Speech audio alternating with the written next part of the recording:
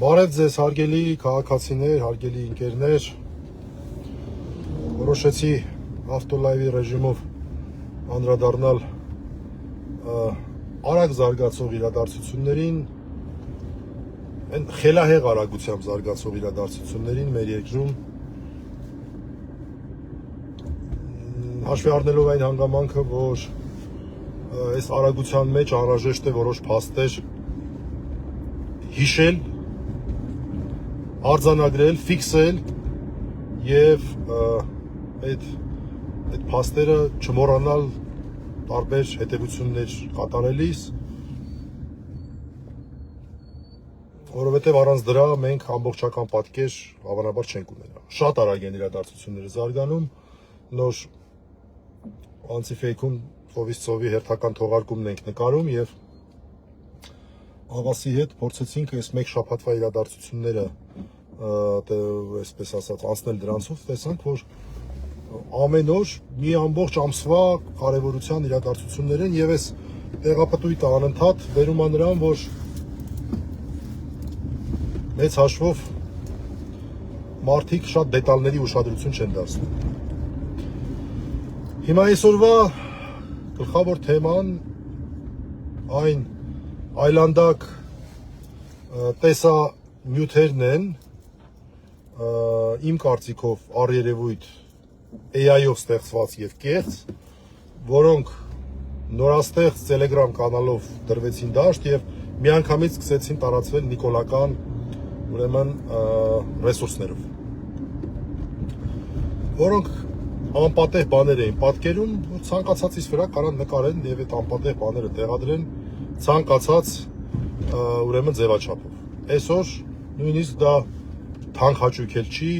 արհեստական բանականության զարգացման այս մակարդակում։ Ընդհանրապես թանկ հաճույք չի։ Ընդհանրապես։ Եվ այս պայմաններում անհրաժեշտ է հասկանալ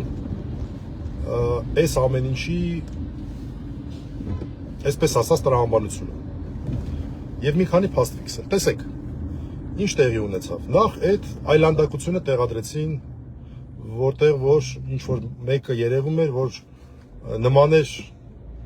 Արշակ Սրբազանին։ Հետո Արշակ Սրբազանն իհարկե իր արձագանքը շատ արագ ներկայացրեց եւ կոչ կանեմ կարդալ անպայման այդ արձագանքը ի պատասխան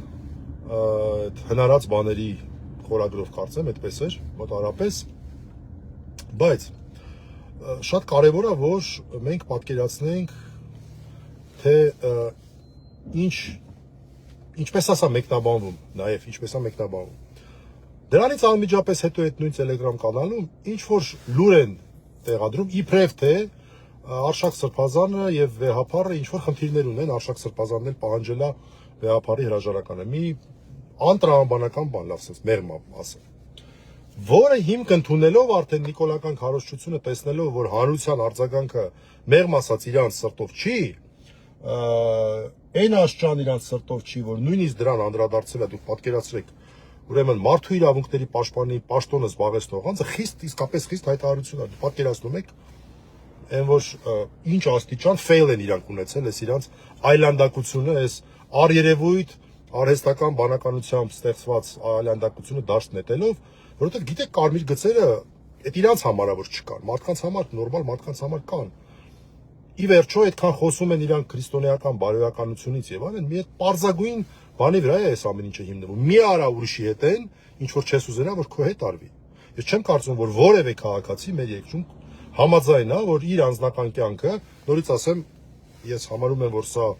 արհեստական բանականությամբ ստեղծված է, այդ վարկածին եմ հակված, բայց էական չի, դա չի էական։ Որևէ մեկը չի ցանկանա մեր հանրության մեջ, որ իր անձնական կյանքը ուրիշների քննարկման առարկա դառնա։ Որևէ մեկը դրան չի կարող կողմ լինել, որևէ նորմալ մարդ, եթե ինչ որ հոգեկան հիվանդություններ, շեղումներ չունի, էքսգիբիցիոնիստ չի եւ տենց իր համար դա հաճելի է։ Որևէ նորմալ մարդ դրան համաձայն լինել չի կարող։ Ոչ ոք չի ուզի, որ սա իր հետ լինի, հետեւաբար չի ուզի նաեւ ուրիշի հետ լինի։ Ասենք օրինակ շատ անկեղծ ասեմ, իսկ կյանքում չեմ ուզենա, ասենք իմ համար դա ընդհանրապես ես դեմ եմ դրան, որ որևէ ԿՊԱ-կանի վերաբերող իրական կամ արհեստական բանականությամբ ստեղծված ինչ որ նյութեր տեղադրվեն եւ Հանրության սեփ ես չեմ ուզենա, հետեւաբար, որովհետեւ ես չեմ ուզենա, որովհետեւ ես այդ սկզբունքը ընդունում եմ, չեմ ուզում իմ նկատմամբ լինի, ուրեմն չեմ ուզում ուրիշի նկատմամբ լինի։ Սա է ամբողջ հարցը, եւ հանրությունը ի տարբերություն սրանց, նրանք երևի լավ այստեղ եմ որ ասում եմ իրականության զգացումը կորցրել են, չպատկերացրեցին ինչպիսի արձագանք կլինի։ Այս իրանց ակնհայտ այլանդակությանը, որը վաղվա հովանավանքի պղծության նախապատրաստության շրջանակներում էր փորձում էին դրան նախորդին հարվածել հայ առաքելական հերթական հարվածը հասցնել։ Բայց քթներին կերան իրականում, քթներին կերան համ հանրության արձագանքի առումով, համ Արշակ Սրբազանի պատասխանի առումով եւ ինչ արեցին, միանգամից պոչները քաշեցին ու սկսեցին մի այլանդակ թես տարածել, որ տեսեք, Արշակ Սրբազանի եւ Վեհապարի հարաբերությունները փչացել են, որի պատճառով մեղա Վեհապար հայրապետը սենց այլանդակությունը արել է։ Ինքն է դա այսպես ասած տարածել։ Մեղա։ Դուք պատկերացնում եք։ Եվ ես ուզում եմ, որ մի հատ սրա մասին մենք կարճ քննարկում ունենանք եւ մի հատ հասկանանք, թե այս ինչ թեզ է։ Ինչքան էլ տարօրինակ հնչի, բայց նաեւ դրա այսպես փաստական կողմին էլ կանդրադառնանք եւ ցույց կտանք, որ այն աշճան աբսուրդային թեզ է, որ բայց պետքա փաստարկներով խոսենք։ Ուրեմն նախ արձանագրեք մի բան, իրանք անցան այս տարբերակին, այն բանից հետո, երբ գիշերային այս այլանդակ օպերացիայից հետո նրանք տեսան, որ իրանց ուզածը չի արձագանքը եւ կոպիտ ասած հետքերը սկսեցին մաքրել։ Բայց իհարկե ոչ են կարողանալու այս այլանդակ հետքերը մաքրել։ Եթե ինձ հարցնեք, ով է սա կազմակերպել, ապա ես նույնիսկ ձեռնպահ կմնամ այն կարծիքից, որ սա հայկական հատուկ ծառայությունների ձեռի գործն է։ Ես ավելի շատ հակված եմ, որ այս ադրբեջանա-թուրքական օկուպացիոն ռեժիմին այստեղ նյութը մատակարարել է, այս ամեն ինչը ստեղծել է ադրբեջանական կամ թուրքական հատուկ ծառայությունները, որտեղ հեռու է մեր մտքից, որ հայկական հատուկ ծառայությունները ունակ էին նման բան անել։ Իսկապես եմ ասում, սա իմ կարծիքն է։ Համաձայնվեք, չեք համաձայնվի, ձեր կարծիք, ձեր գործն է։ Ես տենց եմ կարծում, հայկական հատուկ ծառայություններին նույնիսկ ես այդտեղ հավանական շատ չեմ համարի, որ իրանց արածն ասա։ Սա ադրբեջանա-թուրքական ինչ-որ նյութ է, որ մատակարարին ասել են, այս սենց պայքարեք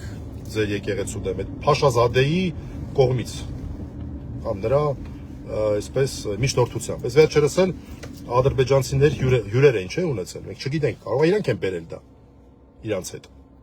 Այն Շուշիի ճանապարհը փակողներ այդ այլանդակները, որ ընդունեցին դրանց։ Արցախի հայաթափման այդ տրագեդիայի այդ շրջափակման իրականացնողներին են ընդունել այստեղ։ Գրպներին դրել ման են տվել։ Ինչ գիտենք, նրանք չեն բերել։ Ինչ գիտենք։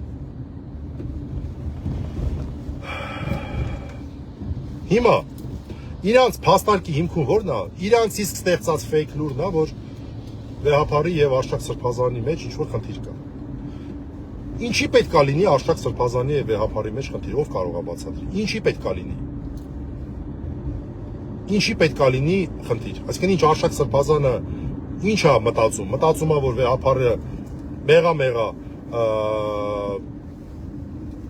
դաթարի Վեհապար լինելուց դա իրան ինչով է օգուտ։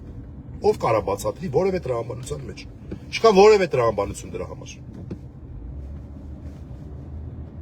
Որևէ տրամաբանություն չկա։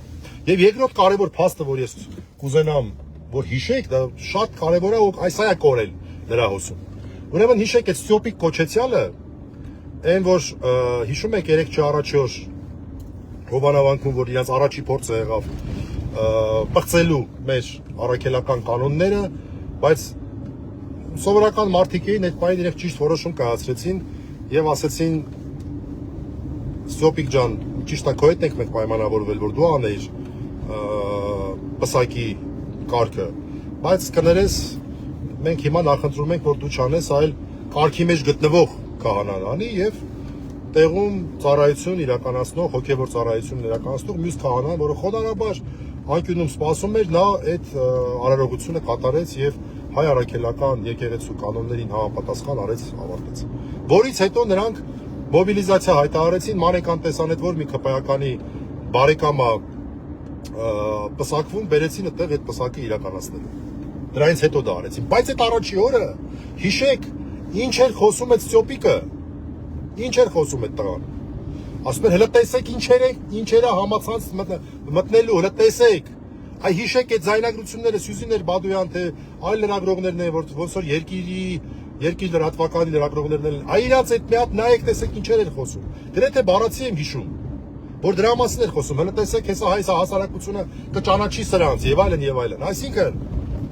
Իրան այս տեսանյութերը ցույց տված են եղել։ Այդ անձնավորությունը տեսել է այս տեսանյութերի մասին։ Փաստ։ Բա ինչի մասին էր ինքը խոսում, եթե սրա մասին չէր խոսում։ Երկրորդ փաստը, բա եթե վեհապարն է արել, այն զայնագրությունից հետո րոպեներ անց դուք քրեական վարույթ նախաձեռնելու մասին հայտարարեցիք, նախ հաղորդում հետո բանը քրեական վարույթ նախաձեռնեցիք։ Հիմա ժամը 2:30-ը, 14:30։ 12 ժամ անցել է։ Կա այդպես հայտարարություն, ես չեմ տեսել, որ քրեական վարույթ է նախաձեռնվել։ Ապօրինի, որովհետև ձեր վարկածային է, որ դա իրական է, չէ, իրանց վարկածային է։ Եթե սա իրական է, ուրեմն դա ծանրագույն հանցագործություն է տեղի ունեցել։ Եթե իրանց վարկածով իրական է, նորից ասեմ, ես այդ վարկածին հակված չեմ։ Բա ինչի՞ չէ քրեական վարույթ նախաձեռնել։ Մարդկանց բանում ինչ է, բաղնիքում ինչ որ բաներ տեղադրելու համար։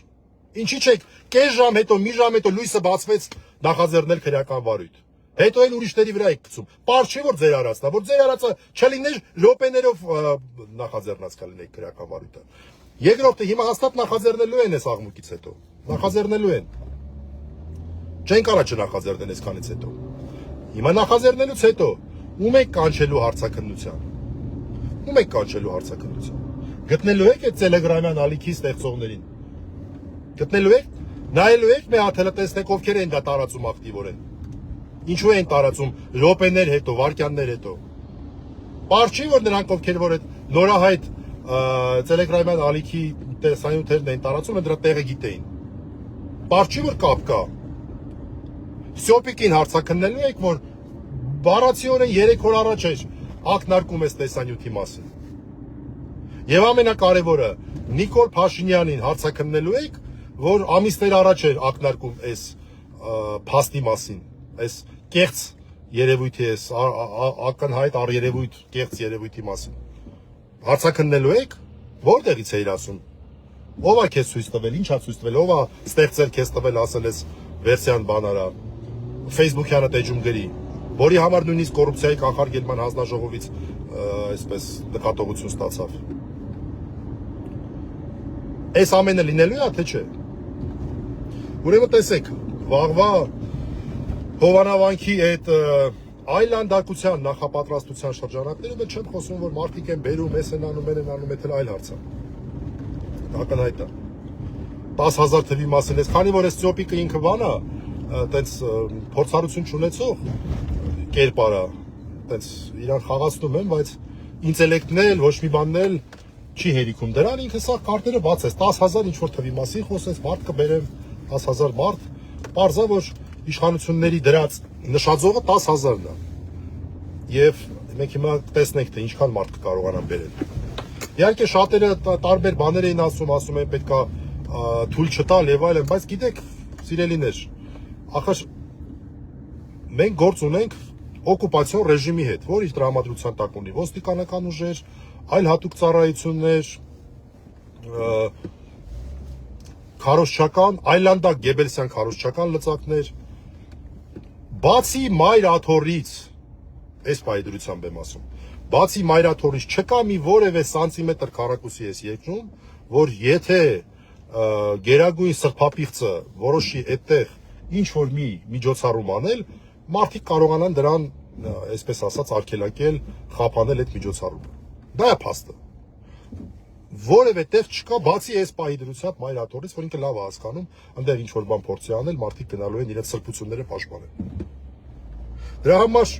իմ կարծիքով ակնկալել, որ ինչ որ կերպ հնարավոր է լինելու դա խափանել, իրատեսական չի։ Իրատեսական չի։ Այո, դա մեծագույն սրբապղծություն է, այո, դա քթներիցս գալու է, մեր բոլորի քթներից է գալու։ Հույս ունեմ գոնե մեր երեխեքի քթներից չի գալու, մեր քթերից է գալու։ որտեղ սա մեծագույն սրբապղծություն է, մեծագույն սրբապղծություն է, չեն էլ հասկանում ինչ են անում։ Եվ ենթադրում եմ, որ ինչ որ մի օր նույնիսկ Հովանավանքի վերահոսման անհրաժեշտություն դառնալու։ Ենթադրում եմ, կներեք, որ այս դաշտ եմ մտնում, իմը չի նորից ասեմ, ես սովորական աշխարհական եմ, որը մի փոքր նաև այսպես պահանջ ունենալով հետաքրքրվում է կարգերով, կանոններով։ Ենթադրում եմ մի օր վերահոսման հարց է բարձրանալու, որտեղ դա պղծություն է։ Դա պղծություն է։ Բայց այն ինչ որ մենք կարող ենք անել, ես կարծում եմ, որ իսկապես կարող ենք անել, իսկապես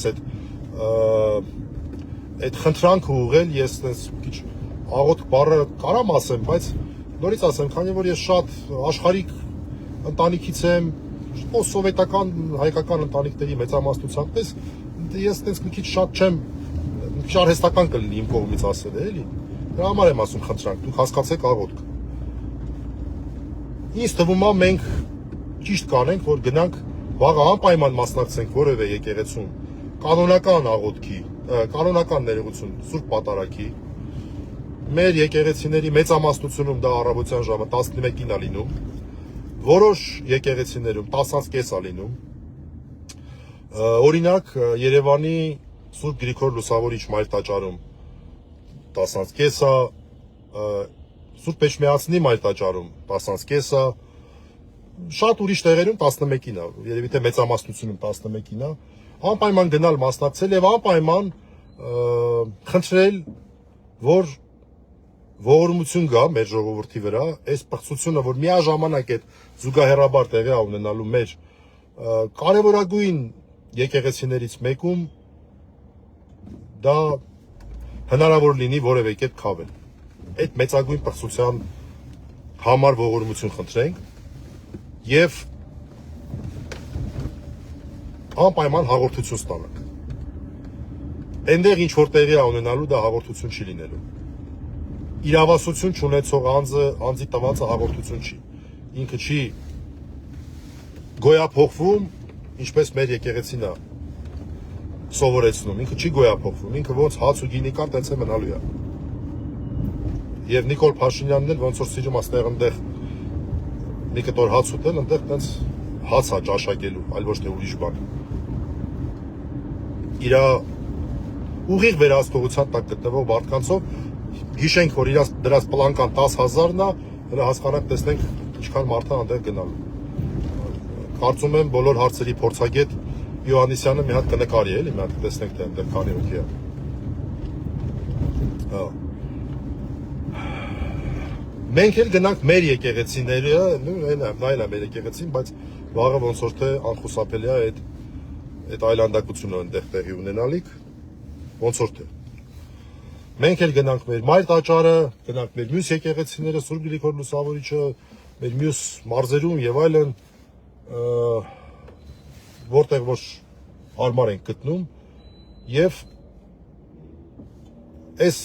ողորմության խնդրանքով դիմենք, միաժամանակ մեզ հոգեպես պատրաստենք մինչև վաղը, որպեսզի արժանի լինենք հաղորդության։ Ինչ է դա նշանակում, որտեղ մարդիկ կարող է լինեն, որ չգիտեն էլ հաղորդությունը կամ երբեք հաղորդված չլինեն։ Ես օրինակ անկեղծ ասեմ, առաջի անգամ հաղորդության մասին իմացել եմ, ոչ թե հաղորդվել եմ, երևի 25 տարեկանից ավելի ուշ, 25-ից ավելի բարձր էի, երևի աղա դաժե 30 լինեի, իսկ առաջի անգամ հաղորդվել եմ էլ ավելի ուշ, չեմ իմացել, հիմա մեզ չեն սովորացրել, ինչ անեմ, ես մտածում եմ, որ եկեղեցիները դա տեղ է, որ գնում ես մոմ ես վառում, տես ինչ-որ խնդրանքով ես դիմում, ու տես գնում ես քո գործերով, տենց է իմանում, չեմ բացառում, որ մեր մարդկանց մեջ էլ, այսինքն դիտողների մեջ էլ, այլոց մեջ էլ նման մարդիկ լինեն, բայց իրենց համարում են եւ հանդիսանում են հայ առաքելական եկեղեցու հավատավոր զավակներ։ Եվ իրականում այստեղ մի քանի կանոններ կան, որոնք ձևական բնույթ չեն կրում, էլի պետք է պատրաստես մի քիչ էլ զոհողության գնաս, թե մտքերդ ոնց որ քիչ դες հարմար չի կողքս եկա։ Մոտոցիկլ ավար հայտնվեց, Հիմա շարժվենք, շարունակենք։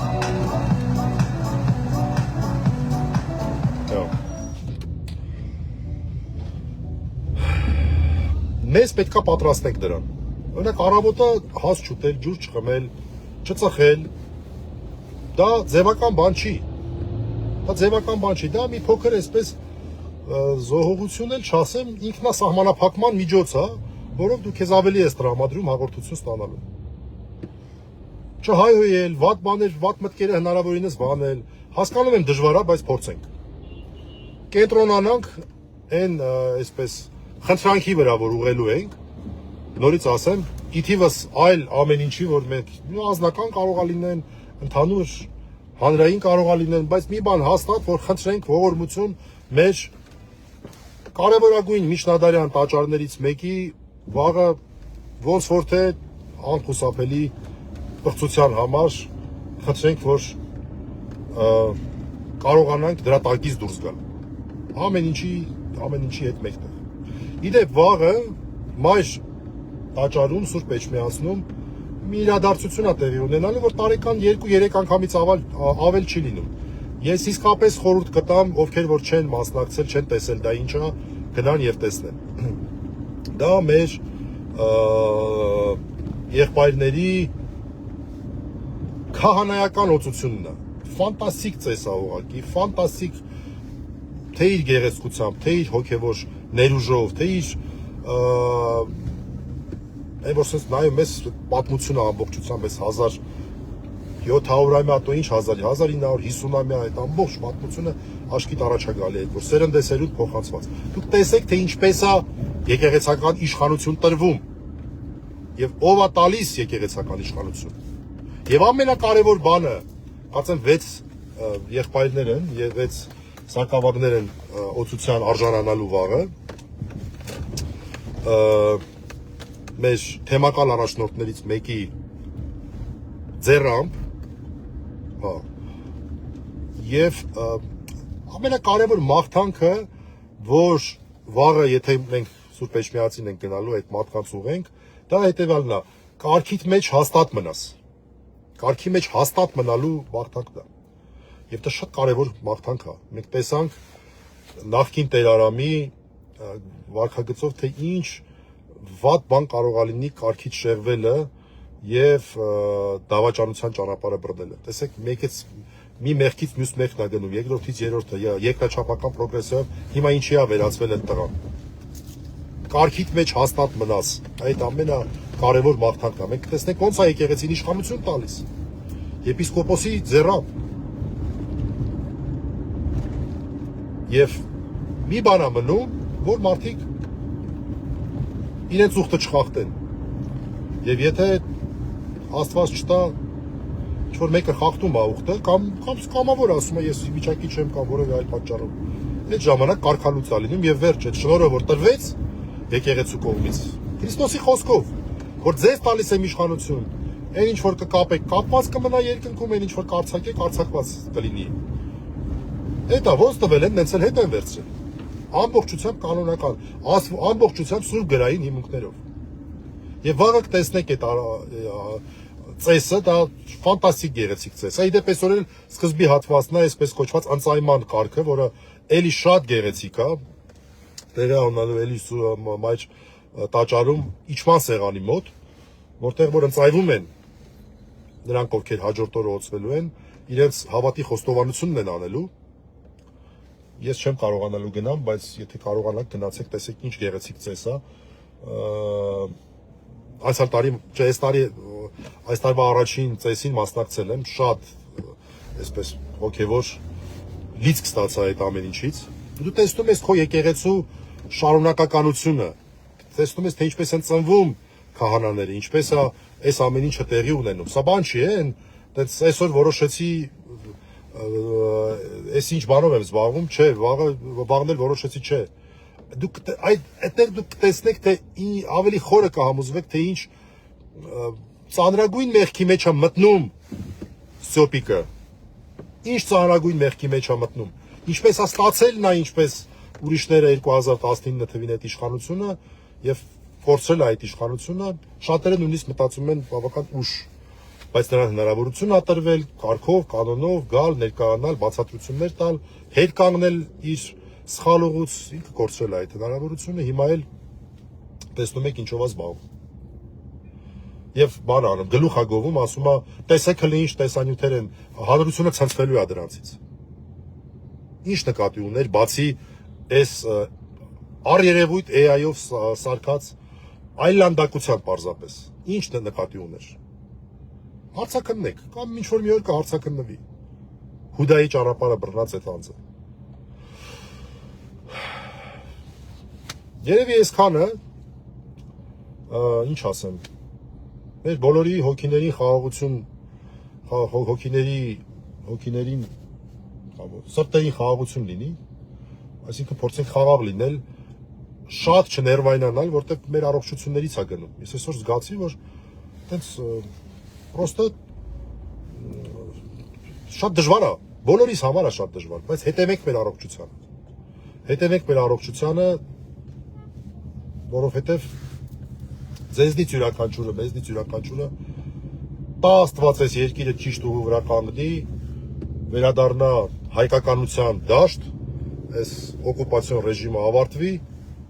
լիքը բան կա անելու, որ այս երկիրը մի փոքր փորձենք կարգի բերել, մեր երեխեքին քչից շատից նորմալ վիճակում հանձնենք։ Այսքանն է ուզում ասել, շնորհակալություն, հաջողություն։